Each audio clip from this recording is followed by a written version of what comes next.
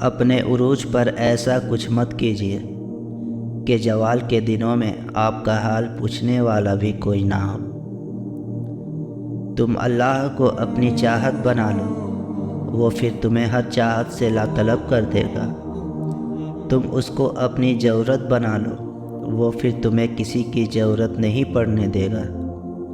جب اللہ دے گا تو بہتر سے بہترین دے گا، اور میں نے سجدے میں جا کر وہ پایا ہے جو میں کھو چکا تھا۔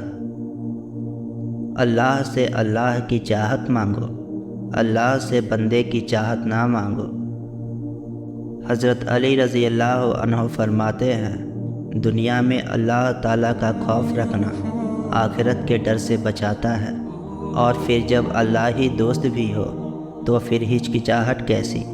بس بھاگ چلو تیزی سے راستے میں، کہیں بھی رکنا نہیں، بس سیدھا اسی کے پاس جانا ہے اور معافی مانگ کر اس رشتے کو بچا لینا ہے، کیونکہ اللہ ان سے بہت محبت کرتا ہے جو اپنے اور اس کے رشتے کو بچانے کے لیے سب کچھ چھوڑ آتے ہیں۔ ہر گزرتے دن کے ساتھ یہ احساس ہوتا جا رہا ہے کہ خاموشی کتنی خوبصورت ہوتی ہے، کتنا سکون دیتی ہے۔ اس کائنات میں اللہ کی محبت خاموش ہے مگر کتنی پرسکون ہے۔